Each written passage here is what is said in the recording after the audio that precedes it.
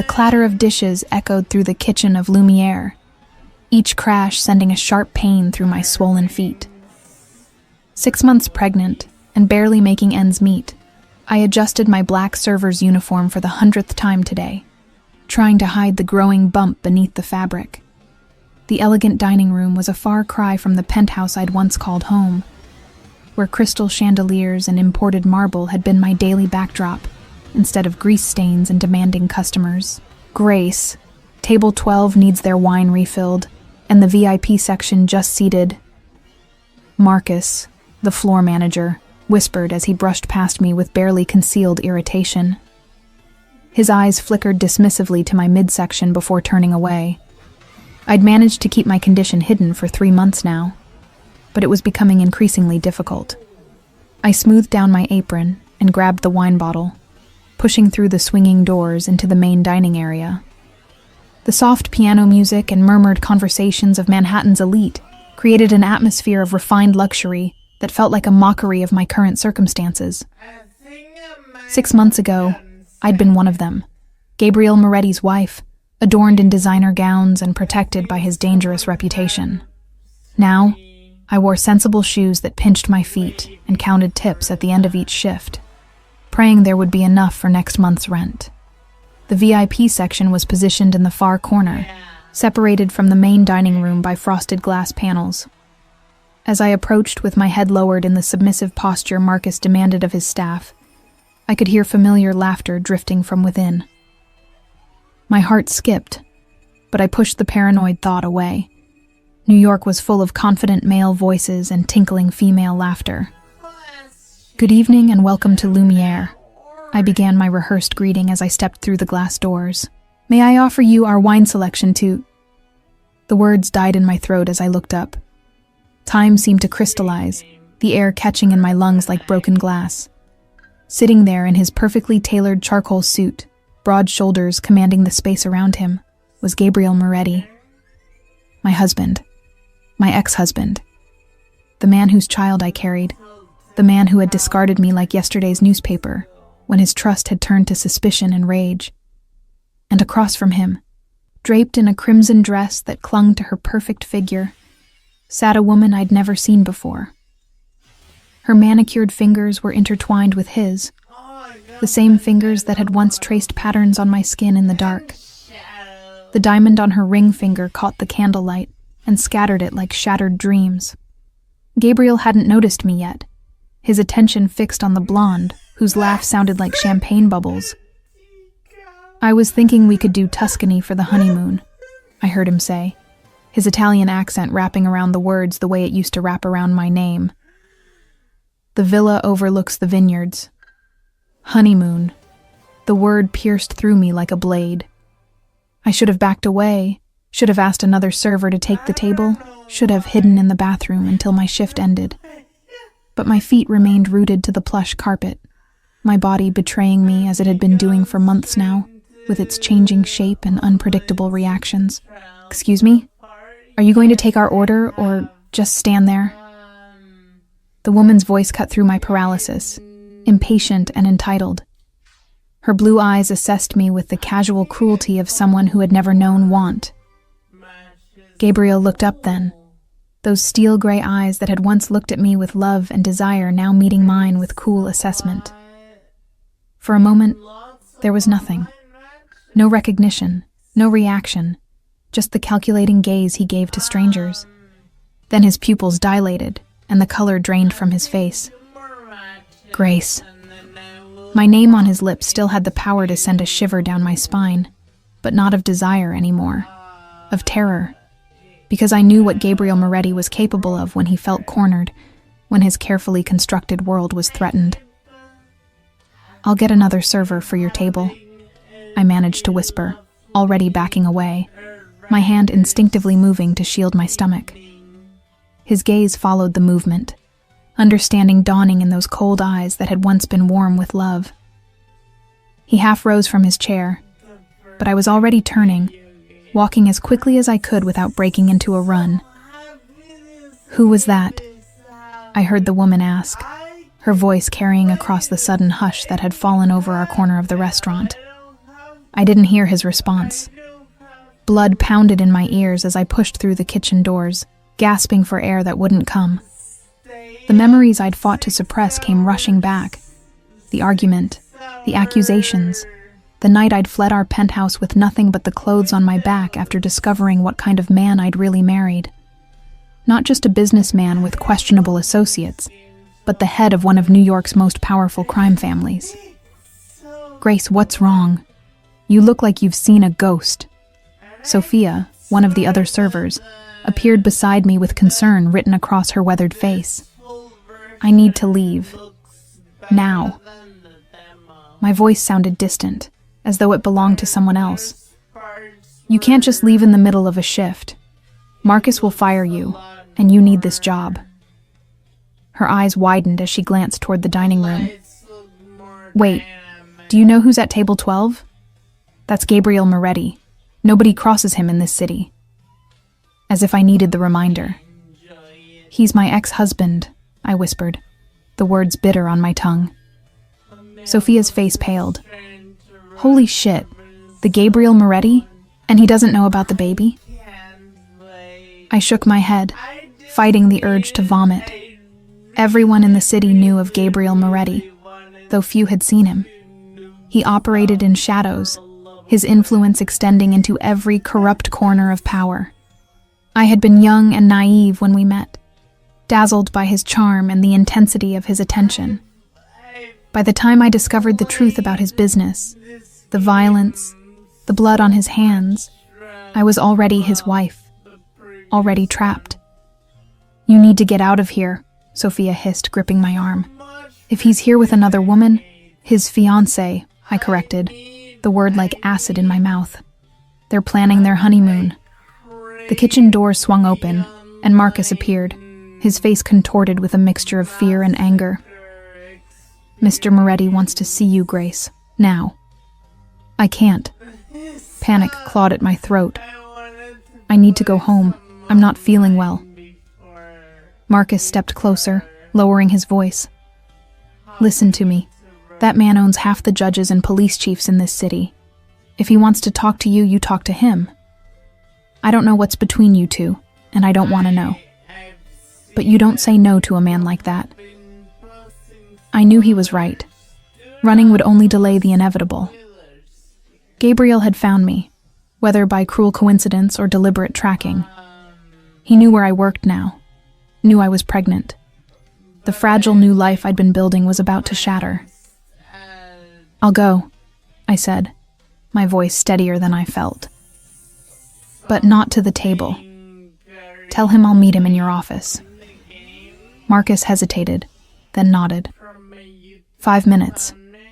And Grace, whatever he wants, just give it to him. People who cross Gabriel Moretti have a habit of disappearing. Gabriel filled the doorframe of Marcus's cramped office, his presence consuming the oxygen in the room. He closed the door behind him with a soft click that somehow sounded more threatening than a slam. Even in the small space cluttered with invoices and scheduling sheets, he commanded attention like a force of nature. My Grace, he said softly, using the endearment that had once made me melt. Now it made my skin crawl. You've been hiding from me. Don't call me that, I whispered, pressing myself against the desk. And I haven't been hiding. I left. There's a difference. He moved closer, and I caught his scent. Expensive cologne with notes of cedar and bergamot. The same cologne I'd given him for his birthday last year. Before I knew what he really was. Before I found the blood-stained shirt he'd tried to hide from me. Before I overheard the phone call about the man who needed to be taken care of. You look different, he observed, his gaze traveling over me, lingering on my stomach. How far along? I swallowed hard, my hand instinctively moving to protect my unborn child. 6 months. Something flickered in his eyes. Possession, calculation, fury. With Gabriel, it was impossible to tell. His emotions were always carefully controlled, part of what made him so dangerous. Mine? The question hung in the air like a loaded gun. I wanted to lie, to protect my child from his world, but the math was undeniable. Does it matter? You've moved on. Quite publicly, I might add. His jaw tightened, the only indication that my words had hit their mark. You left me, Grace. In the middle of the night like a thief. What did you expect? I expected you to let me go, I said, meeting his gaze despite the fear coiling in my stomach. I know what you are, Gabriel. What you do. I want no part of it. He smiled then, a predator's smile that never reached his eyes. And yet, here you are, carrying my child, my heir. The possessiveness in his voice made me shiver. I'd seen how Gabriel viewed people, as possessions, things to be owned, controlled, discarded when they no longer served a purpose. I didn't know I was pregnant when I left, I admitted, and it changes nothing. Gabriel moved suddenly, his hands coming to rest on the arms of my chair, caging me in. His face was inches from mine, his breath warm against my skin. It changes everything, Grace. Everything. You're carrying a Moretti. My blood. Did you think I would allow my child to be raised by a waitress? To grow up in some shabby apartment, never knowing their birthright? I turned my face away, unable to bear his proximity. Better that than knowing their father is a monster. His hand shot out, gripping my chin and forcing me to look at him. There was no violence in the touch, but the threat of it hung in the air between us. You knew exactly who I was when you married me, he said, his voice eerily calm. You enjoyed the benefits of my work well enough. The jewelry, the vacations, the lifestyle. You never questioned where the money came from until it suited you to develop a conscience. The accusation stung, because there was a grain of truth to it. I had suspected Gabriel's business wasn't entirely legitimate, but I'd chosen not to look too closely. I'd been young, infatuated, and willfully blind. I was naive, I admitted, but I'm not anymore.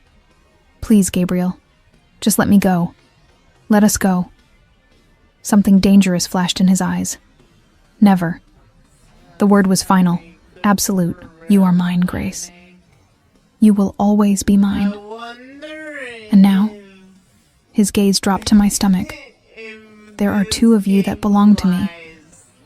The door opened suddenly, and we both turned to see the woman in the red dress standing there, her perfect features arranged in an expression of confused irritation.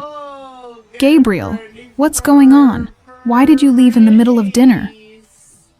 Her gaze slid to me, taking in my waitress uniform, my disheveled appearance. Who is this? Gabriel straightened, his mask of control slipping back into place with frightening ease. Victoria, this is Grace, he said smoothly. My wife. Her perfectly sculpted eyebrows shot up. Ex-wife, she corrected, her voice tight. You told me you were divorced. The paperwork is ongoing, Gabriel replied, his gaze never leaving my face. And the baby? Victoria asked, her eyes narrowing as she took in my condition. The tension in the room thickened until it was hard to breathe. I looked between them, the powerful man I had once loved and now feared, and the woman who had unwittingly stepped into the dangerous role I had fled. Congratulations, I said to her, finding my voice at last. He failed to mention his pregnant ex-wife would be serving your table tonight. I wonder what else he's failed to mention. Gabriel's eyes darkened with warning, but I was beyond caring. Whatever tenuous safety I had found was already compromised. Victoria's face contorted with shock, then fury. She turned to Gabriel, her diamond ring catching the light as she pointed an accusatory finger at him. You told me she left you over a year ago, that there was no child, that you were free to marry. Each sentence emerged like the crack of a whip. I watched Gabriel, curious despite my fear to see how he would handle being caught between his lies. This man who controlled everything, who tolerated no defiance, now cornered by the simple truth. "Victoria," he said, his voice controlled but with an edge I recognized, the warning tone that preceded his worst fury. "Wait for me in the car. Dimitri will take you. I'm not going anywhere until you explain this." Her voice rose, and I saw Marcus hovering anxiously in the doorway behind her. Gabriel moved with the fluid grace that had always reminded me of a predator. In 2 strides, he was beside Victoria, his hand at the small of her back, possessive, controlling, but appearing merely solicitous to anyone watching. "We will discuss this at home," he murmured. But even from across the room, I could hear the steel beneath the velvet. "This is not the place." For a moment, I thought she would resist. Then I saw the calculation in her eyes, the weighing of options, the recognition of how little power she actually wielded in this moment. It was a look I knew intimately. "Fine," she said, her voice brittle. "But this conversation isn't over." As Gabriel guided her toward the door, he glanced back at me over his shoulder. "Don't move," he ordered, quiet enough that only I could hear. "I'll be right back." After they left, I sat in the silence of Marcus's office, my mind racing through options. I knew Gabriel's men would be watching the exits now, knew that running would only postpone the inevitable. But every instinct screamed at me to flee. Marcus remained in the doorway, fidgeting with his tie. "Grace, I don't know what's happening, but I think you should go home. Take the rest of the night off." I shook my head, rising from the chair on unsteady legs. "He'll just follow me there. I need to think." But there was no time to think. Gabriel returned within minutes, alone now, his composure perfectly intact except for the dangerous glitter in his eyes that I remembered from our worst fights. "Let's go," he said simply. "I'm not going anywhere with you." He sighed, as if dealing with a particularly stubborn child. "Grace, we can do this the easy way or the hard way, but we are leaving. Together. Now." When I didn't move, he stepped closer, his voice dropping to that deadly quiet tone. "My child will not be born in some tenement, raised in poverty while you serve drinks to strangers. That ends tonight. It's not your choice to make. Everything about you and that baby is my choice to make," he said, and the certainty in his voice was more terrifying than any threat. "You can walk out of here with me, or I can carry you. Either way, you're coming home." Home. The word twisted in my chest. That penthouse had never been home. It had been a beautiful prison, and now he was dragging me back to it. I thought of my tiny apartment, of the independence I'd fought so hard to build, of the plans I'd made for my child's future, all of it crumbling like dust in the face of Gabriel Moretti's will. "I need my things, already taken care of. Everything you need will be provided." Of course, he'd already been 3 steps ahead, as always. I stood on trembling legs, my hand moving protectively over my stomach. My daughter. I was having a daughter, something I hadn't told anyone, not even my doctor. But somehow, I knew Gabriel would find out. He always found out everything. As he guided me through the restaurant toward the exit, I caught Sophia's worried gaze from across the dining room. I tried to give her a reassuring smile, but we both knew it was a lie. The other diners barely glanced up as we passed. To them, we looked like any wealthy couple leaving after dinner. The black SUV waited at the curb, engine running.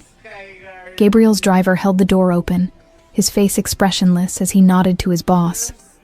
I hesitated at the curb, the finality of stepping into that car hitting me like a physical blow. "Grace." Gabriel's voice was softer now, almost gentle. "I'll take care of you, both of you. You'll want for nothing. Except freedom." "Freedom is an illusion," he replied, his hand at the small of my back guiding me toward the open door. "Safety is real, and I can give you that." As I slid into the buttery leather seat, I wondered if he was right. If freedom was worth anything when you were alone, pregnant, and vulnerable in a city that showed no mercy to the weak. The door closed with a final click, sealing my fate. Gabriel settled beside me, close enough that I could feel the heat radiating from his body. "Welcome home, Grace." But as the SUV pulled away from the curb, taking me away from my carefully constructed new life, I couldn't shake the feeling that I was being delivered not to safety, but to a different kind of danger entirely. The penthouse hadn't changed. Same imported marble floors, same floor-to-ceiling windows overlooking Central Park, same collection of priceless art that Gabriel had acquired through means I'd never questioned. Standing in the foyer I'd once called home, I felt like a ghost haunting my former life. "Your room is exactly as you left it," Gabriel said, watching my reaction carefully. "I had Elena keep everything in perfect condition. My prison, you mean?" The words slipped out before I could stop them. His jaw tightened. "Your home. Where you belong." He moved to the bar and poured himself a scotch, the crystal decanter catching the city lights. "Are you hungry? Elena prepared your favorites." The casual domesticity of the question after everything that had happened felt surreal. "I'm not staying, Gabriel. This kidnapping doesn't change anything." "Kidnapping?" He turned, eyebrow raised. "I prefer to think of it as removing you from a dangerous situation. Do you know what neighborhood you've been living in? The crime rate alone?" "Don't." I held up a hand, fury giving me strength. "Don't you dare lecture me about danger when you're the most dangerous person I know." Something flickered across his face. Hurt, maybe, or surprise that I would speak to him so boldly. The Grace he'd married had been softer, more compliant. Pregnancy and independence had given me a steel spine I'd never possessed before. "Sit down, Grace. We need to talk." "I'm fine standing." He set down his drink with deliberate care. It wasn't a request. The familiar command in his voice made my knees weak with conditioned response, but I forced myself to remain upright. I said, "I'm fine." For a moment, we stared at each other across the vast living room, a battle of wills that had been 6 months in the making. Finally, Gabriel moved to one of the leather chairs and sat, gesturing to the matching one across from him. "Please," he said, and the word sounded foreign in his mouth. Gabriel Moretti didn't say please to anyone. I perched on the edge of the chair, ready to flee even though I knew there was nowhere to run. "You want to talk? Talk. But nothing you say is going to make me stay here. You're carrying my child." "I'm carrying my child. There's a difference." His eyes hardened. "No, Grace, there isn't. From the moment you conceived, that baby became part of the Moretti legacy. My responsibility. My protection. Your possession, you mean, if that's how you choose to see it." He leaned forward, elbows on his knees. "Tell me about the father." The question caught me off guard. "What?" "The father. The man you left me for. The one who got you pregnant and then disappeared, leaving you to serve drinks to strangers." Heat flooded my cheeks. "I didn't leave you for anyone. I left because I discovered what you really were. And yet, within weeks of our separation, you were with someone else." His voice was deceptively calm, but I could see the fury simmering beneath the surface. "Someone who clearly didn't value you enough to stick around when things got difficult. That's none of your business. Everything about you is my business." He stood abruptly, moving to the windows. "I know about Dr. Richards, Grace. Michael Richards. Internal medicine resident at Mount Sinai. 32 years old, unmarried, student loan debt of approximately $200,000. My blood turned to ice. Of course he knew. Gabriel made it his business to know everything about everyone in his orbit. You had me watched. I had you protected. There's a difference. He turned back to me, his face a mask of controlled rage. What I want to know is how long it was going on before you left. How long you were lying to my face while fucking another man. It wasn't like that.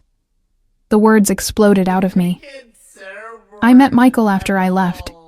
He was treating me at the emergency room when I cut myself off, realizing I'd revealed too much. When you what, Grace? I looked away, unable to meet his penetrating stare. The memory of that night 6 months ago was still too painful. The panic attack that had sent me to the ER, the kind doctor who had helped me through the worst of it, the connection that had grown from shared vulnerability. When you had the breakdown, Gabriel said quietly, answering his own question. The night after you saw the warehouse footage.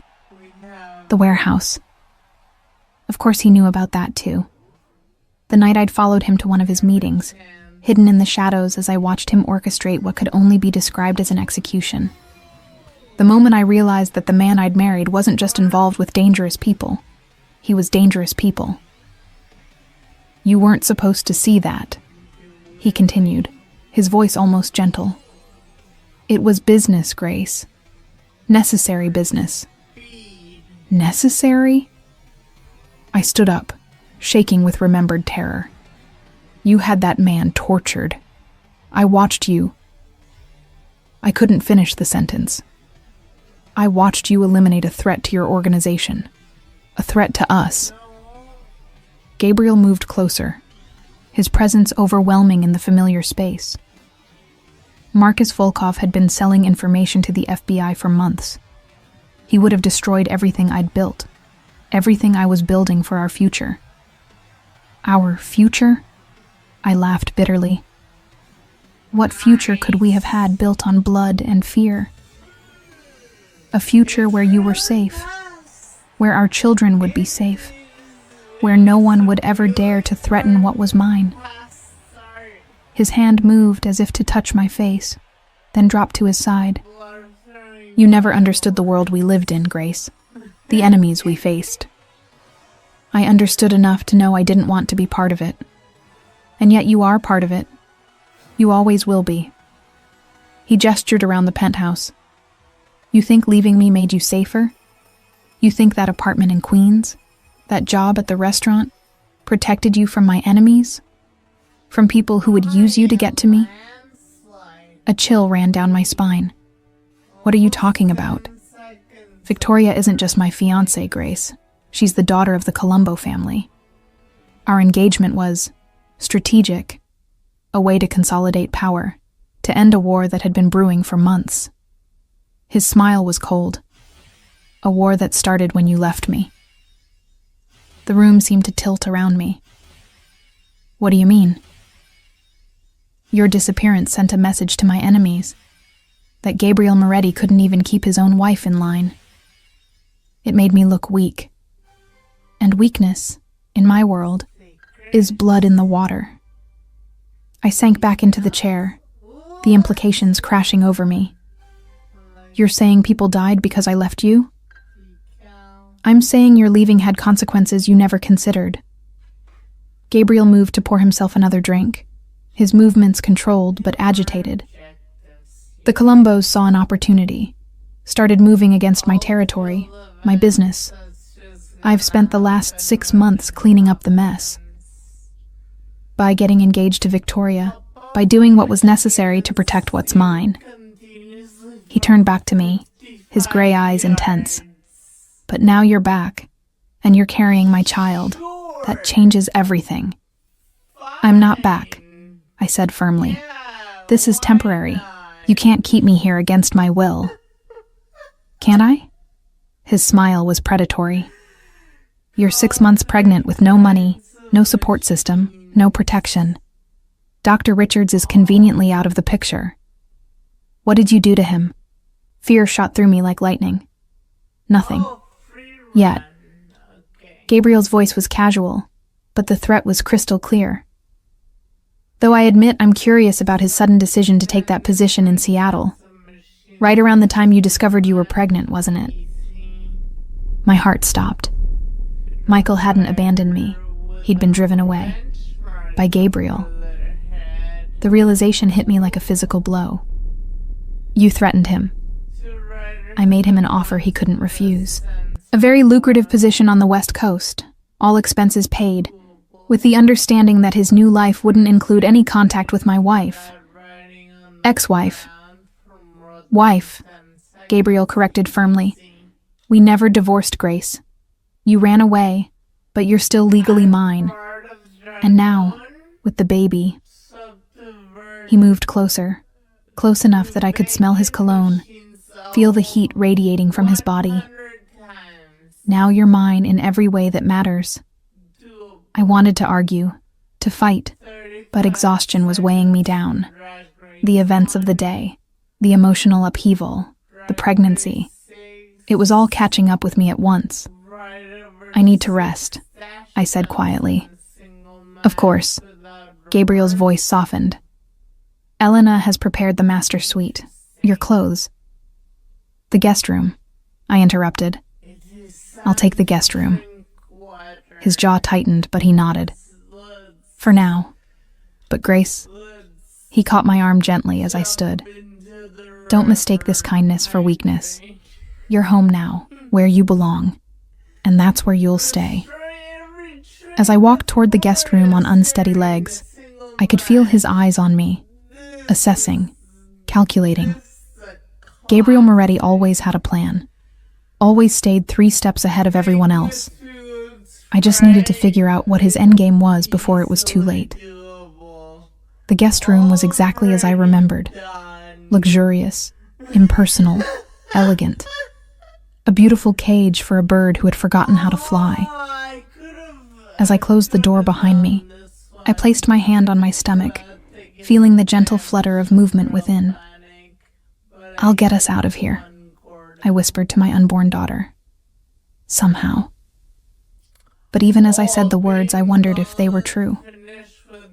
Gabriel Moretti had reclaimed his wife, secured his heir, and neutralized his enemies all in one masterful move. The only question was whether he intended to keep me as a treasured possession or a cautionary tale. Outside the window, New York glittered like a galaxy of broken promises, and I realized that for the first time in months, I was truly afraid. 3 days passed in a strange limbo of luxury and captivity. Gabriel treated me with the careful courtesy one might show a valued prisoner, attentive to my needs, respectful of my space, but never for a moment letting me forget that I was trapped. Every door in the penthouse required a key card. Every window was secured with military-grade locks. Even the elevator needed Gabriel's personal code to operate. I spent the time trying to plan, to find some weakness in his security, some way to escape. But it became increasingly clear that Gabriel had thought of everything. The building's concierge knew me as Mrs. Moretti and would never question Gabriel's instructions about my safety. The doorman had been replaced with someone from Gabriel's organization. Even the cleaning lady watched me with suspicious eyes. You're not eating enough, Gabriel observed over breakfast on the 4th morning. Elena had prepared eggs Benedict, fresh fruit, and that herbal tea the doctor had recommended for pregnancy nausea. All my favorites, all perfectly arranged on bone china that cost more than most people made in a month. I'm fine. I pushed the eggs around my plate, appetite gone. The baby fluttered inside me, responding to my stress with restless movement. The baby needs nutrition, Grace. You need nutrition. Gabriel's voice held that edge of command I remembered so well. Elena spoke with Dr. Martinelli yesterday. He's agreed to take over your prenatal care. I have a doctor. You had a doctor. Dr. Chen's practice is hardly equipped for a high-risk pregnancy. Gabriel sipped his espresso, studying me over the rim. Dr. Martinelli is the best obstetrician in the city. He delivered the Rothschild twins, the governor's grandson. This isn't a high-risk pregnancy. It is now. The finality in his voice sent a chill through me. Any pregnancy involving my child is high risk by definition. The enemies I've made, the threats we face, Our daughter will need the best protection from the moment she's born. Our daughter.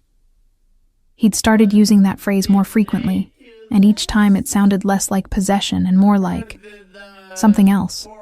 Something that scared me almost as much as his anger had. "What about Victoria?" I asked, changing the subject. "How are you explaining my sudden reappearance to your fiancé?" Gabriel's expression darkened.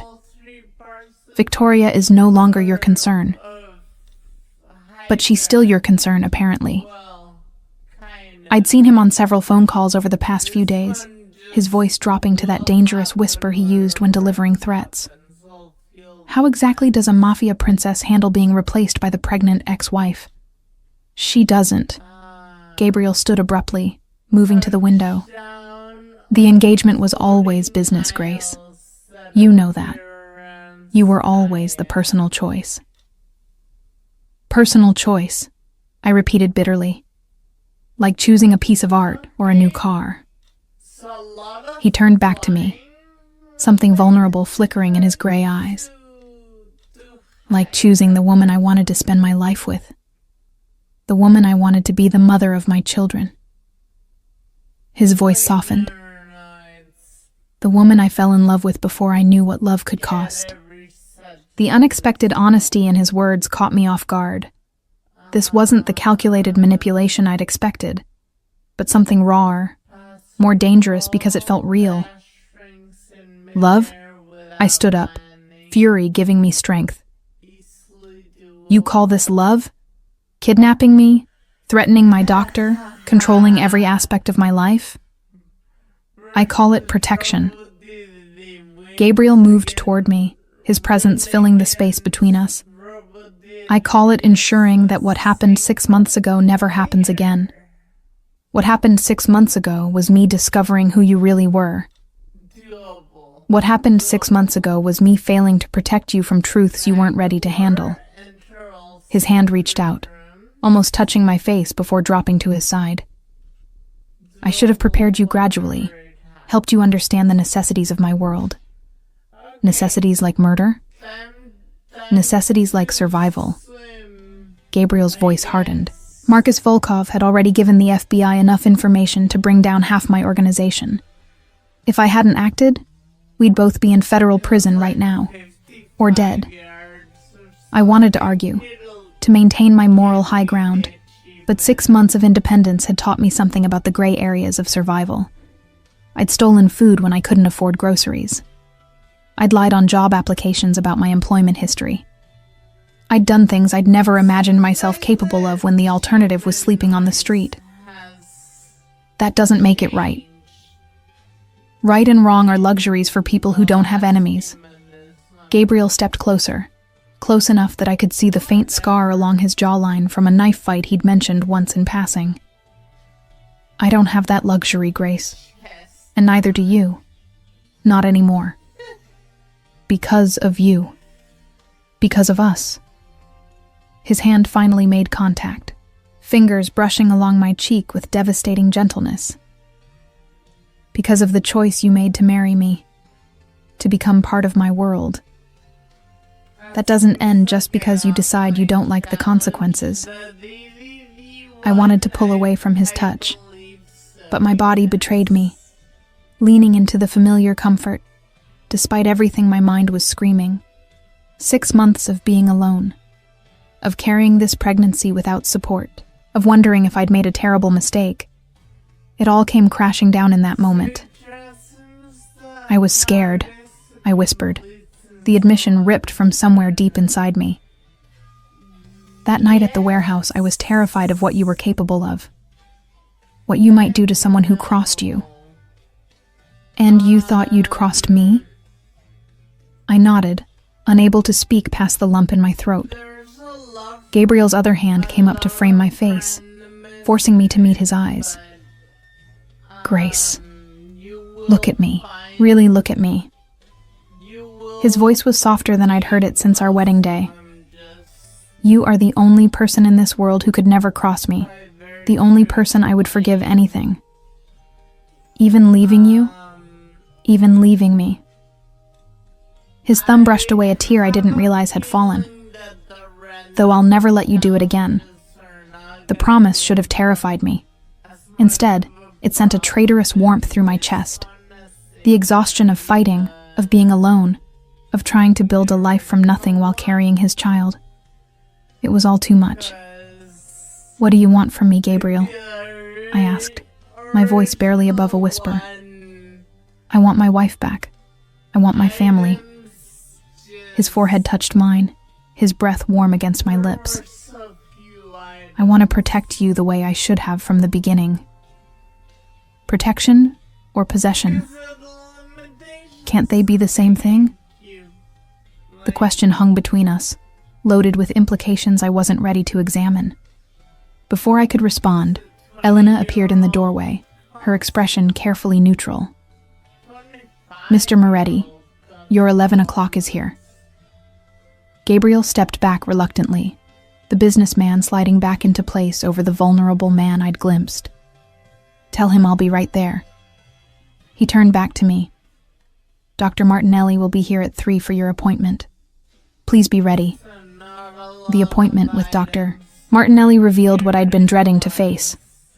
I was further along than I'd thought. 28 weeks, not 24. The baby was healthy, active, measuring perfectly for her gestational age. But the timeline meant conception had happened during those final weeks of my marriage to Gabriel, not after I'd left as I'd let him believe. "Everything looks excellent, Mrs. Moretti," Dr. Martinelli said, his kind eyes crinkling as he printed the ultrasound images. "Your daughter is developing beautifully. Have you given any thought to names?" Gabriel's hand tightened on mine where he sat beside the examination table. We hadn't discussed names, hadn't discussed much of anything about the actual baby beyond her existence as a complication in our fractured relationship. "Lucia," I said suddenly, the name emerging from somewhere deep in my memory. After my grandmother. "Lucia Moretti," Gabriel repeated, testing the sound. "Beautiful." Something in his voice made me look at him, and I saw an expression I'd never witnessed before. Wonder mixed with fierce protection, as if he was seeing our daughter for the first time instead of a medical readout on a screen. After Dr. Martinelli left, we sat in silence in Gabriel's study. The ultrasound photos lay between us on his desk, like evidence in a trial neither of us wanted to face. 28 weeks, Gabriel said finally. "Yes. Which means she's yours, completely yours. There's no question." I couldn't meet his eyes, couldn't bear to see the satisfaction I knew would be there. But when I finally looked up, Gabriel's expression wasn't triumphant. It was stricken, almost pained. "Grace, why didn't you tell me? Why let me think?" "Because I was afraid." The words burst out of me. "I was afraid you'd use her to control me, to force me back into a life I couldn't handle. I was afraid you'd take her away from me if you knew the truth." Gabriel was quiet for a long moment, his fingers drumming against the desk in the pattern I remembered from our marriage. 3 short taps when he was thinking through a complex problem. "There's something I need to tell you," he said finally, "about why you really needed to come home." A chill ran down my spine. "What do you mean?" Gabriel opened his laptop and turned it toward me. On the screen were surveillance photos, grainy images of me leaving my apartment, walking to work, shopping for groceries. But it wasn't Gabriel's men taking the pictures. The angles were wrong, the positions too exposed for professionals. "The Volkov family didn't disappear when I eliminated Marcus," Gabriel said quietly. "His brother Dmitri has been building a case for revenge. He's been watching you for weeks." My blood turned to ice. Watching me for what? For an opportunity. Gabriel clicked to the next image, a photo of me at the restaurant, clearly pregnant, serving tables. "He knows about the baby, Grace. Knows she's mine. And he knows that taking both of you would destroy me more completely than any business rival ever could." I stared at the photos, seeing my carefully constructed independent life through the eyes of a predator. Every routine I'd established, every pattern I'd followed, had made me an easy target. How long have you known? 2 weeks. My security team intercepted communications 3 days ago discussing a plan to take you from the restaurant. Gabriel's voice was deadly calm. The night I came to Lumiere wasn't coincidence, Grace. It was extraction. The revelation hit me like a physical blow. You mean the whole scene with Victoria was theater? A way to get you out of immediate danger without alerting Dimitri's people that I knew about their surveillance. Gabriel closed the laptop. Victoria played her part perfectly. The broken engagement gives her family an excuse to distance themselves from the coming war. War? Gabriel's smile was cold. Did you think I would let threats against my wife and child go unanswered? I felt sick. Once again, I was a pawn in Gabriel's world, moved around a chessboard I couldn't see by players whose rules I didn't understand. But this time, it wasn't just my life at stake. So this is all about revenge? Getting me back to hurt your enemies? This is about family. Gabriel stood, moving around the desk to where I sat. About protecting what matters most to me in this world. And what if I don't want your protection? What if I'd rather take my chances? Look at me, Grace. Gabriel's voice cut through my protest. Look at me and tell me you're willing to risk our daughter's life to make a point about your independence. I couldn't. As much as I resented being manipulated, as much as I hated being back in his world, I couldn't gamble with Lucia's safety. Gabriel saw the moment I capitulated, saw the fight drain out of me. There's more, he said gently. About Dr. Richards. My heart stopped. What about Michael? Gabriel pulled out his phone and showed me a news article from a Seattle newspaper. The headline made my knees weak. Local doctor missing after hospital shift. No, I whispered. No, you said he was safe. You said... I said I made him an offer he couldn't refuse. I didn't say what happened when he tried to refuse it anyway. Gabriel's voice was carefully neutral. Dr. Richards contacted you 2 weeks ago, didn't he? Tried to convince you to come to Seattle with him. I had received a call from Michael. He'd sounded strange, frightened, begging me to meet him, to leave New York immediately. I'd thought he was having second thoughts about our breakup. I'd hung up on him. Dimitri's people got to him first, Gabriel continued. Used him to try to locate you, when he wouldn't cooperate. He gestured to the phone screen. Is he dead? I could barely force the words out. Unknown. But Grace, you need to understand. This is what happens to people in my world who don't take protection seriously. Michael thought he could handle himself against men like Dmitri Volkov. He was wrong. I was going to be sick. Michael, kind and gentle Michael, who'd held my hair back during morning sickness and rubbed my feet when they swelled. He was gone because of me, because of my connection to Gabriel. I want to see Vincent, I said suddenly, thinking of Gabriel's right-hand man. I want to hear this from someone else. Gabriel's expression shuddered. Vincent is unavailable. What does that mean? It means he's no longer part of my organization. The careful way Gabriel said it sent warning bells ringing in my head. Vincent had been Gabriel's most trusted lieutenant, closer than a brother. They'd served together in the military before Gabriel inherited his father's empire. Gabriel, what happened to Vincent? Vincent made choices that put you and the baby at risk.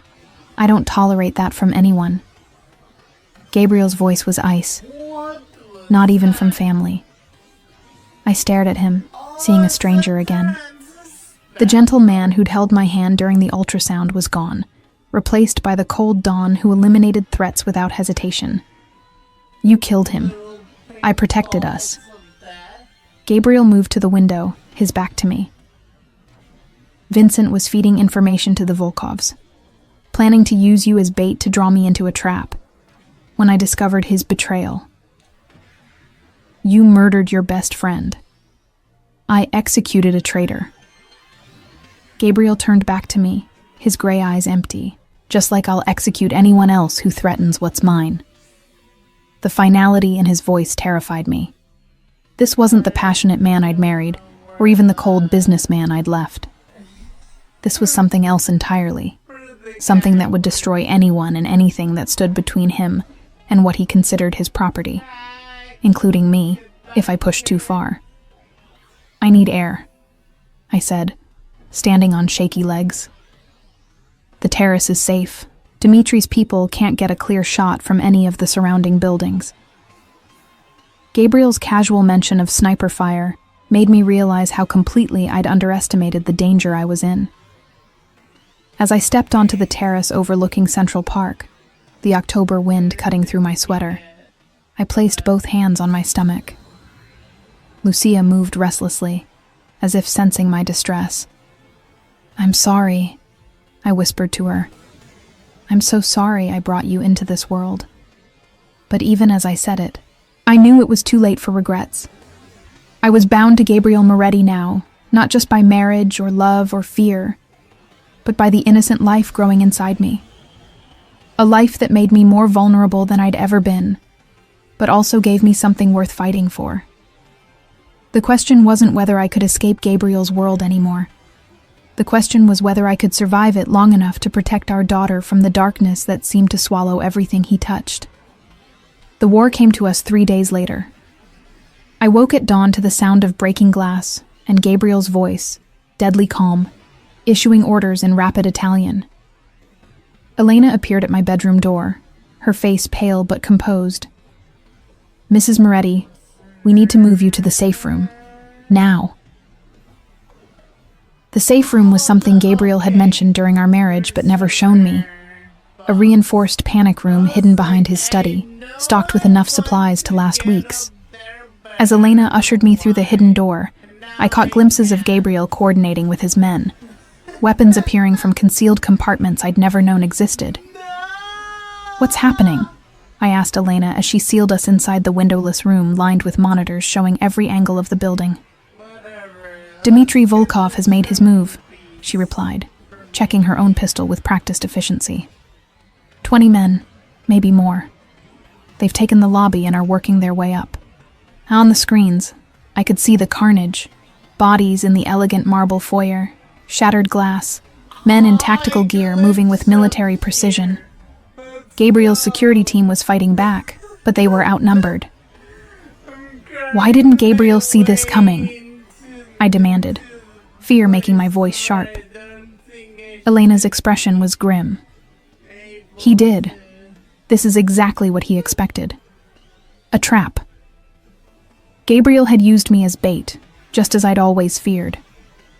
The realization should have filled me with rage, but instead I felt a strange calm. Of course he had. It was what Gabriel did.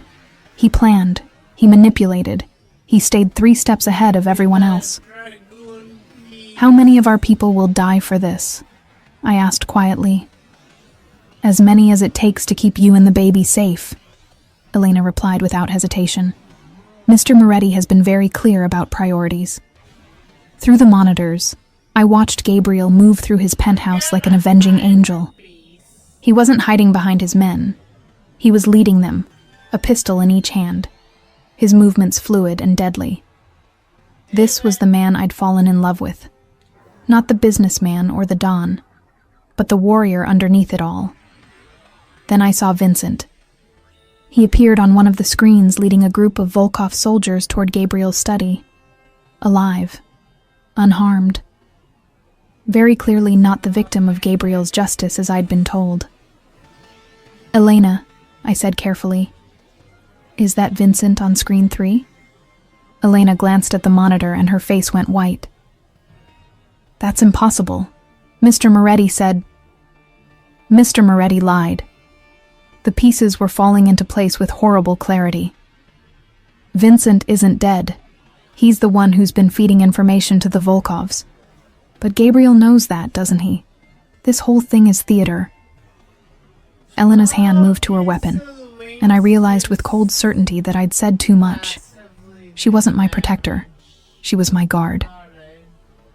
"Mrs. Moretti, please sit down." The stress isn't good for the baby. Gabriel orchestrated all of this, I continued, my voice growing stronger as the truth crystallized. The photos, the threat, bringing me back here. He needed me here for something, didn't he? Not to protect me, to use me. Through the monitors, I watched Gabriel and Vincent embrace like old friends, while Volkov soldiers lay down their weapons. No fierce gunfight, no desperate last stand. A business transaction wrapped in the theater of war. What does he want, Elena? What's worth staging his own death for? Because that's what this was, I realized. Gabriel was about to disappear, leaving his enemies to believe they'd won while he vanished with his pregnant wife and unborn heir. A chance to start over, somewhere beyond the reach of law enforcement and rival families alike.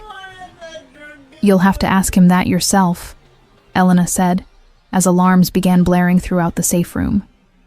The monitors went dark one by one, and I heard the heavy steel door beginning to unseal. Gabriel stepped through, not a scratch on him despite the supposed battle, his gray eyes finding mine immediately. It's done, he said simply. What's done, Gabriel? Your fake death? Your elaborate escape plan? Using our daughter as justification for destroying the lives of everyone who trusted you. Gabriel studied my face, seeing the knowledge there. For a moment, something like regret flickered in his eyes. Then it was gone, replaced by cold determination. You always were too smart for your own good, he said. Yes, Grace, this was all planned. The Volkovs think they've won. Law enforcement thinks the Moretti organization has been decimated, and we disappear. We, you, me, and Lucia. A new life, away from all of this. Gabriel gestured around the safe room. Isn't that what you wanted? For me to leave this world behind? Not like this. Not built on the graves of innocent people. No one innocent died today. Gabriel's voice was matter of fact. Every casualty was calculated. Every death was someone who betrayed me or threatened what's mine. I stared at him, seeing clearly for the first time the monster I'd married. Not passionate or impulsive, but coldly calculating. Everything. Our marriage, my pregnancy, even my escape and return, had all been moves in a game only he understood. You never loved me, I said quietly. You loved the idea of me.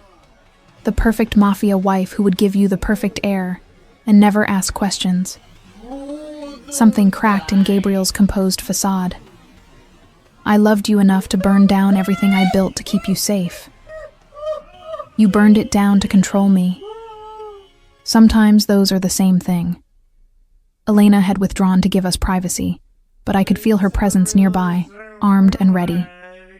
There would be no last-minute escape, no dramatic rescue. Gabriel had won, completely and finally. What happens now?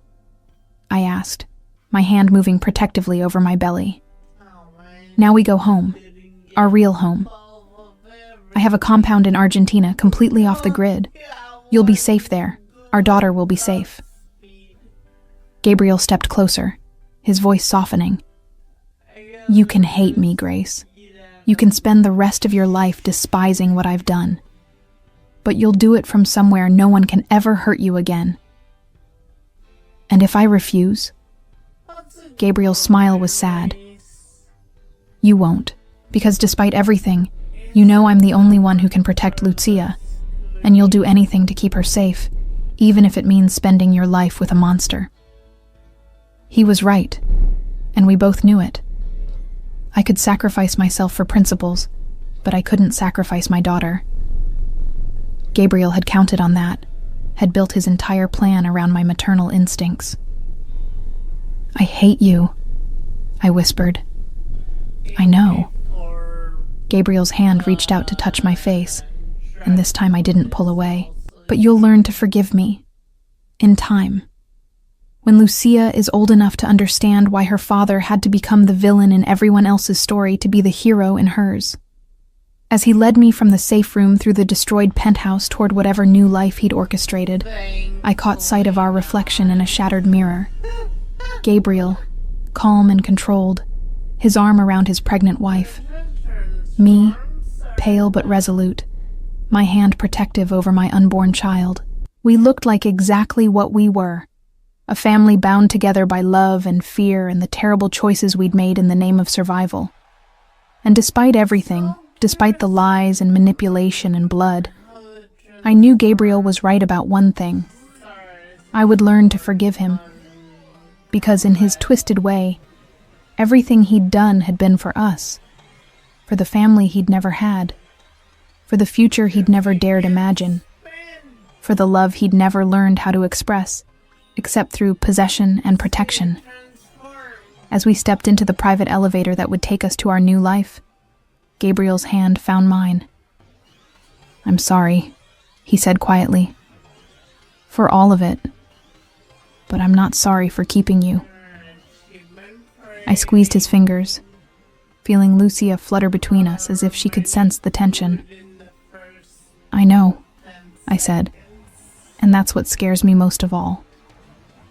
The elevator doors closed, sealing us into our golden cage. But as we descended toward whatever Gabriel had planned next, I realized that maybe being owned by someone who would kill to protect you wasn't the worst fate in the world. Maybe it was just love in its most dangerous form. And maybe, just maybe, that was enough.